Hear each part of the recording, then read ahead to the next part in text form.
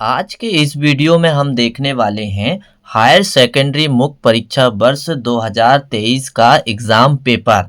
और यह exam paper का नाम है यानी सब्जेक्ट का नाम है फसल उत्पादन और बागवानी, क्रॉप प्रोडक्शन एंड हॉर्टिकल्चर। और देखने वाले हैं हम कक्षा 12वीं का ये फसल उत्पादन का पेपर। तो हम एक एक करके सारे प्रश्न हल करेंगे और सारे प्रश्न का अच्छे से अच्छे आंसर समझेंगे, विकल्प भी समझेंगे, खालिस्तान और इसके बाद सही जोड़ी, सत असत और एक शब्द में उत्तर। बिल्कुल हम एक एक प्रश्न बहुत अच्छे से हल करने वाले हैं। तो नमस्कार दोस्तों, मैं सचिन राय और आपके अपने YouTube channel PAT with Sachin में फिर से एक बार आपका स्वागत है। तो आज के इस वीडियो में हम देखने वाले हैं कक्षा 12वीं विषय फसल उत्पादन का पेपर। तो चलिए हम सबसे पहले प्रारंभ करने वाले हैं विकल्प से और विकल्प को हम एक एक बहुत अच्छे से हल करने वाले हैं। और विकल्प में हमसे क्या पूछा है कि आइसोप्रोटिनॉन रसायन इस खरपतवार के नियंत्रण से संबंधित है। तो आइसोप्रोटिनॉन जो खरपतवार नाशी है जिसे हम हर्बिसाइड भी कहते हैं, यह गेहूं की फसल में गेहूं का मामा या फिलेरिस माइनर या गुल्ली डंडा इसके नियंत्रण के लिए उपयोग होता है। अब गेहूं का मामा, गुल्ली डंडा या फिलेरिस माइनर, क्या ये तीनों अलग अलग है? नहीं, ये तीनों एक ही खरपतवार का नाम है जो गेहूं में पाया जाता है। और आपकी जानकारी के लिए मैं बता दूं, गेहूं का वैज्ञानिक नाम है ट्रिक्टिकम एस्टिबम, फैमिली है ग्रेमनी और गुणसूत्र की संख्या है 42 और उत्पत्ति स्थान है दक्षिण पश्चिम एशिया। और गेहूं के बारे में और जानकारी आपको चाहिए तो आप मुझे कमेंट्स करिएगा। तो अगला प्रश्न क्या दिया हमारे सामने, गन्ना फसल के बीजोपचार के लिए उपयोगी रसायन है। तो गन्ना के टुकड़े को जब हम लगाते हैं तो लगाने से पहले हम उनको उपचारित करते हैं ताकि भूमि में जाकर उनमें किसी प्रकार का फंगस इन्फेक्शन या कीटनाशक का प्रकोप ना हो, कीटों का प्रकोप ना हो। तो उसके लिए हम किसका उपयोग करते हैं? एगलाल का उपयोग करते हैं। और बाकी के जो है बाविस्टीन है, ये भी बीज उपचार के लिए उपयोग होती है। और थायरम और थायोडान ये दोनों इंसेक्टिसाइड है। तो यदि हम गन्ना का वैज्ञानिक नाम देखें तो क्या है? सेखेरम ऑफिसिनेरम। और फैमिली कौन सी है गन्ने की? ग्रेमनी है। और ग्रेमनी का दूसरा नाम क्या है? ग्रेमनी का दूसरा नाम है पोएसी।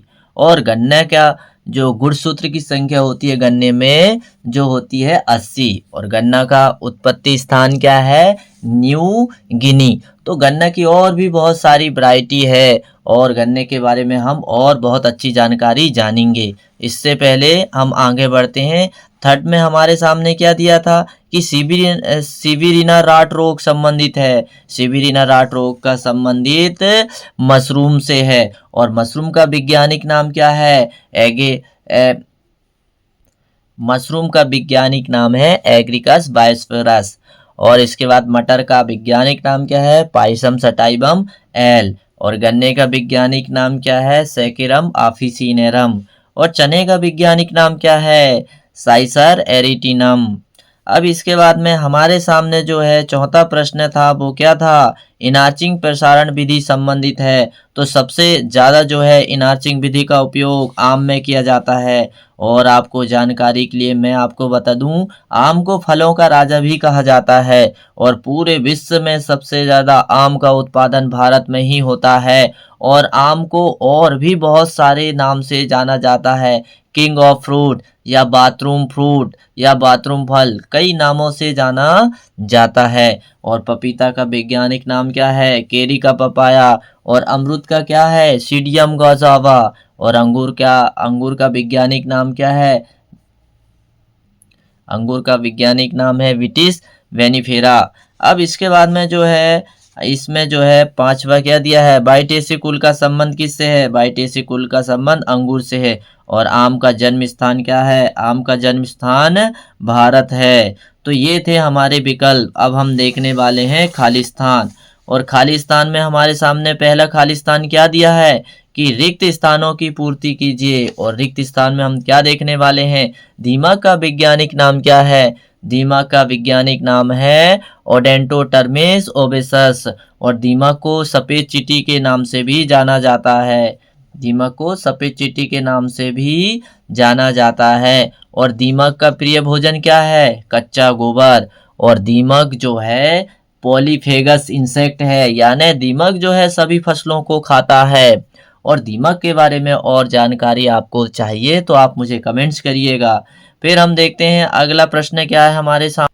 अगला प्रश्न है हमारे सामने, चश्मा चढ़ाना का अन्य नाम क्या है, कलम लगाना, या इसे क्या बोलते हैं, ग्राफ्टिंग के नाम से भी जाना जाता है। और पूषा नन्हा, पूषा नन्हा पपीता की बहुत बेस्ट किस्म है जिसकी हाइट बहुत छोटी होती है और इसको जो है 2.5 मीटर की दूरी पर लगाई जाती है। और यह किस्म कहाँ से निकाली गई थी, यह किस्म जो है ICAR से निकाली गई थी। और यह संघनन रोपण के लिए यह किस्म लगाई जाती है और इससे यह पपेन के लिए भी बहुत अच्छी मानी जाती है। और मल्लिका, अब इसके बाद में जो चौथा प्रश्न दिया, मल्लिका, मल्लिका किसका एक क्रॉस है, तो मल्लिका आम की एक क्रॉस नस्ल है। फिर इसके बाद में क्या दिया, पांचवा, डिहाइड्रेशन खाली स्थान से सुखाने की एक विधि है, डिहाइड्रेशन धूप में सुखाने की एक विधि है। अब धूप में सुखाना मतलब क्या होता है, जो नेचुरल धूप में सुखाकर, सूर्य के प्रकाश में सुखाकर फलों को या सब्जियों को प्रिजर्व किया जाता है, यानी प्रोसेस किया जाता है या प्रसंस्करण किया जाता है। इससे क्या रहता है, फलों एवं सब्जियों को लंबे समय तक रखा जाता है। जैसे हमारे गांव में ये विधि अपनाई जाती है। जैसे टमाटर ज़्यादा पक जाते हैं तो उन टमाटर को सुखा के रख लेना या उनका पाउडर बना के रख लेना या आम की खटाई बना के रख लेना, ये कई तरीके जो है फलों के वो इसमें उपयोग होते हैं डिहाइड्रेशन विधि से। अब हमसे क्या पूछा है, अब हम देखने वाले हैं जो है छठवां प्रश्न क्या पूछा था कि गंटर्स चेन की लंबाई खालिस्तान होती है। गंटर्स चेन की लंबाई 66 फीट होती है। इसके बारे में यदि हम और जानकारी देखना चाहें तो वो कुछ इस तरह से है। इस चेन का आविष्कार जो है 17वीं शताब्दी में हुआ था और किसने किया था, एडमंड गंटर ने किया था। और इसका कार्य क्या है, भूमि के सर्वेक्षण के लिए। और इसमें कड़ियों की संख्या कितनी होती है, कड़ियों की संख्या 100 होती है और इसकी लंबाई 66 फीट होती है। और प्रत्येक कड़ी की लंबाई कितनी होती है, 0.66 फीट। इंच में यदि हम बदलेंगे तो कितनी हो जाएगी, 7.92 इंच होती है। और एक खास बात यह है कि इसमें लटकन की संख्या 9 होती है। तो इस तरह से होती है गंटर्स चेन की लंबाई। यदि ये मेरा वीडियो आपको पसंद आता है और मेरा कंटेंट लगता है कि आपके लिए फ़ायदेमंद है तो दोस्तों या मेरे प्यारे विद्यार्थियों, आप मेरे वीडियो को शेयर करिए और मेरे चैनल को सब्सक्राइब करके रख लीजिए ताकि मैं आपके लिए नए नए जानकारी ला सकूं।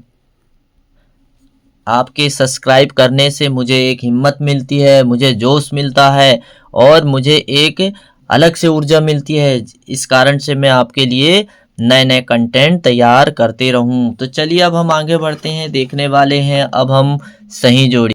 और अब आपके सामने है प्रश्न क्रमांक 3 और 3 में क्या है, सही जोड़ी। तो सही जोड़ी, मीलीबग, हमसे पहले क्या पूछा है, मीलीबग। मीलीबग का संबंध किससे है, चिपचिपे ट्रेप से है। यानी कि ये मीलीबग जो है, ऐसे तो ये मुख्य कीट आम का है, तो ये जो है भूमि में रहता है और भूमि से तने के माध्यम से ये ऊपर पेड़ पौधों में चढ़ता है। तो उसको रोकने के लिए हम तने में चिपचिपे ट्रेप लगा देते हैं।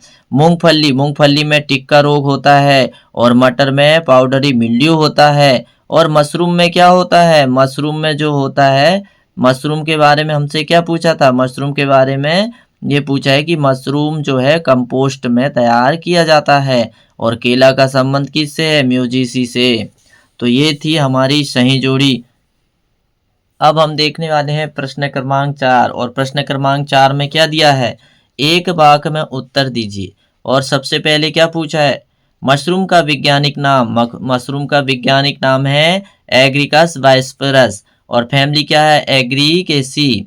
और इसके बाद में बीज रहित आम की किस्म का नाम बताइए, तो बीज रहित आम की किस्म है सिंधु, सिंधु बीज रहित आम की एक किस्म है। और आम का वैज्ञानिक नाम क्या है, मैंजीफेरा इंडिका, और फैमिली क्या है, एनाकार्डियेसी। और किस देश में सबसे ज़्यादा आम का उत्पादन होता है, तो वह है पूरे विश्व में सबसे ज़्यादा आम का उत्पादन भारत में होता है। तो ये बात आपको विशेष ध्यान रखना होगा। और आम का मुख्य कीट क्या है, आम का मुख्य कीट है मीलीबग, मीलीबग। अब इसके बाद में हम देखेंगे सफ़ेद मूसली का वनस्पतिक नाम क्या है, सफ़ेद मूसली का वनस्पतिक नाम है क्लोरोफाइटम बोरीवेलियनम। क्या है, क्लोरोफाइटम बोरीवेलियनम, आपको ध्यान रखना पड़ेगा। फिर इसके बाद में क्या दिया है, मेथी, मेथी का कुल लिख मेंथा का कुल लिखिए, तो मेंथा का कुल क्या है, लेमिएसी, और वैज्ञानिक नाम क्या है, प्लांटेगो ओवेटा। और मेंथा का उपयोग किस लिए किया जाता है, मेंथा का उपयोग इत्र बनाने के लिए या कुछ खाद्य पदार्थ में मिलाने के लिए इसका तेल निकाला जाता है। अब हम क्या देखेंगे, सिट्रल, सिट्रल घटक से संबंधित पौधों का नाम लिखिए, तो लेमन घास से एक तेल निकाला जाता है जिसको सिट्रल कहते हैं, और ये सिट्रल जो है बहुत फायदेमंद होता है। और आज के इस वीडियो में हम 2023 में जो प्रश्न आए थे उन्हें भी बहुत अच्छे से एक एक प्रश्न को बहुत डीपली तरीके से हम पढ़ने वाले हैं, ताकि आपको मेरे वीडियो देखकर ही आपको याद हो जाए और दोबारा से पढ़ने की आवश्यकता न पड़े। बस आपको केवल एक काम करना है कि चैनल को सब्सक्राइब करके रख ही लेना है, ताकि अगला जब वीडियो आए तो उसका नोटिफिकेशन आपको मिले, तो आपकी पढ़ाई बिल्कुल ठीक से हो जाए। तो चलिए हम आगे बढ़ते हैं फिर से। और आगे हमारे सामने कौन सा प्रश्न दिया है, सत्तासत। सत्तासत में हमारे सामने पहला प्रश्न क्या है कि लहसुन का वनस्पतिक नाम एलियम सटाइवम, यानी बिल्कुल सही, लहसुन का वैज्ञानिक नाम एलियम सटाइवम होता है। और फैमिली जो होती है फैमिली एमेरिलिडेसी होती है। और यदि हम प्याज का वैज्ञानिक नाम देखें तो एलियम सीफा होता है। फिर दिया है अश्वगंधा का कुल, अश्वगंधा का कुल कुर्सी फेरी है, बिल्कुल गलत, अश्वगंधा का कुल क्या है, सोलेनेसी है। रतन जोत का पौधा बायोडीजल से संबंधित है, बिल्कुल, रतन जोत के तेल निकालकर बायोडीजल के रूप में उपयोग किया जा सकता है। फल एवं सब्जियों को समय के अनुसार सुरक्षित रखने की प्रमुख 5 विधियां हैं, बिल्कुल गलत, बहुत सारी विधियां हैं। फिर इसके बाद में कह दिया है क्रॉस स्टॉप भू सर्वेक्षण से संबंधित नहीं है, बिल्कुल गलत, क्रॉस स्टॉप भू सर्वेक्षण से संबंधित है। अब हम इसके बाद देखने वाले हैं 1 एकड़ बराबर 460 वर्ग फीट होता है, बिल्कुल असत्य है, गलत। 1 एकड़ बराबर 43,560 वर्ग फुट होता है। और ऐसे 2.5 एकड़ मिलाकर जो है 2.5 एकड़ से थोड़ा कम मिलाने पर 1 हेक्टेयर होता है। और 1 हेक्टेयर में कितना वर्ग फीट होता है, 10,000 वर्ग फीट होता है,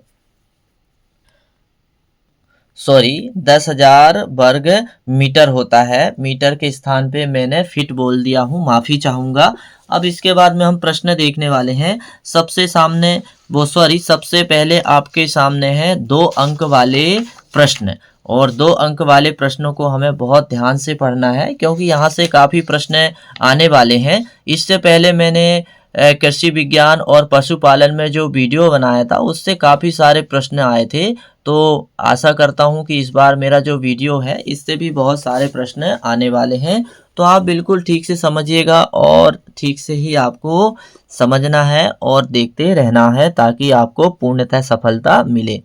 तो सबसे पहले प्रश्न हमारा जो छठवां है, और छठवां में क्या पूछा है, मिश्रित तथा यौगिक उर्वरकों में कोई 2 अंतर लिखिए। Write any 2 different between mixed and compound fertiliser. तो अब हम इसमें अंतर देखने वाले हैं।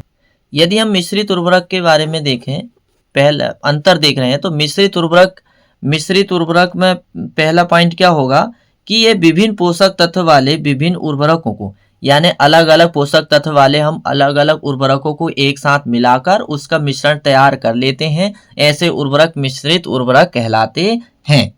पहला पॉइंट तो ये हो गया। फिर जटिल या यौगिक उर्वरक क्या होते हैं? ये ऐसे उर्वरक होते हैं जिनमें पौधों की आवश्यकताओं के 2 या 2 से अधिक तत्व पहले से ही फैक्ट्री में मिलाकर तैयार किए जाते हैं, जैसे DAP। यह एक जटिल उर्वरक है क्योंकि इसमें फास्फोरस भी होता है और अमोनिया भी होता है।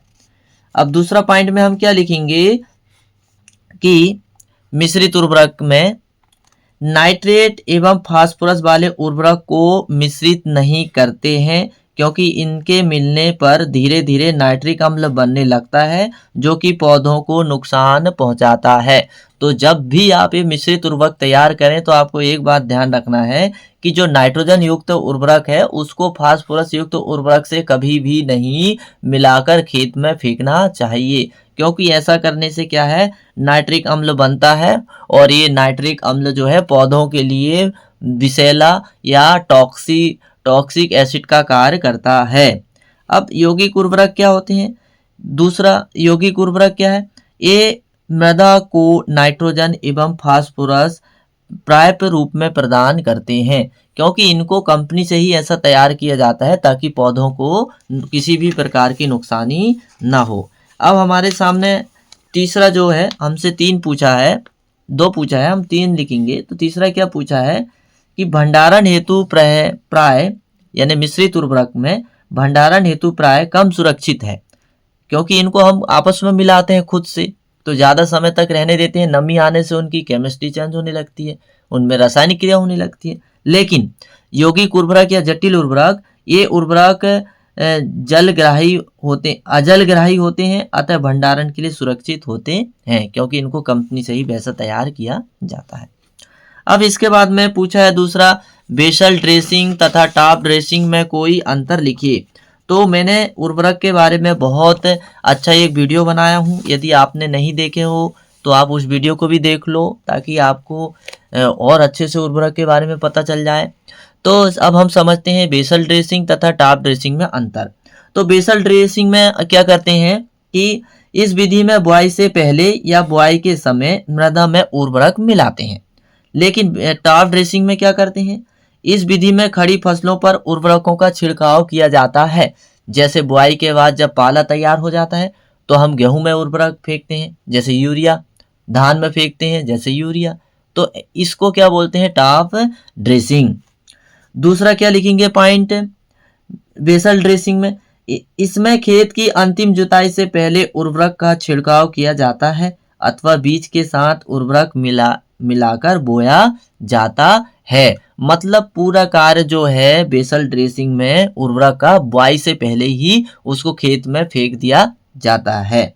जबकि टॉप ड्रेसिंग में क्या होता है, इसमें उर्वरक सीधे ही खड़ी फसल पर छिड़क दिया जाता है अथवा पानी की हौद में उर्वरक घोलकर सिंचाई के साथ भी दिया जाता है। ये होती है बेसल ड्रेसिंग और टॉप ड्रेसिंग।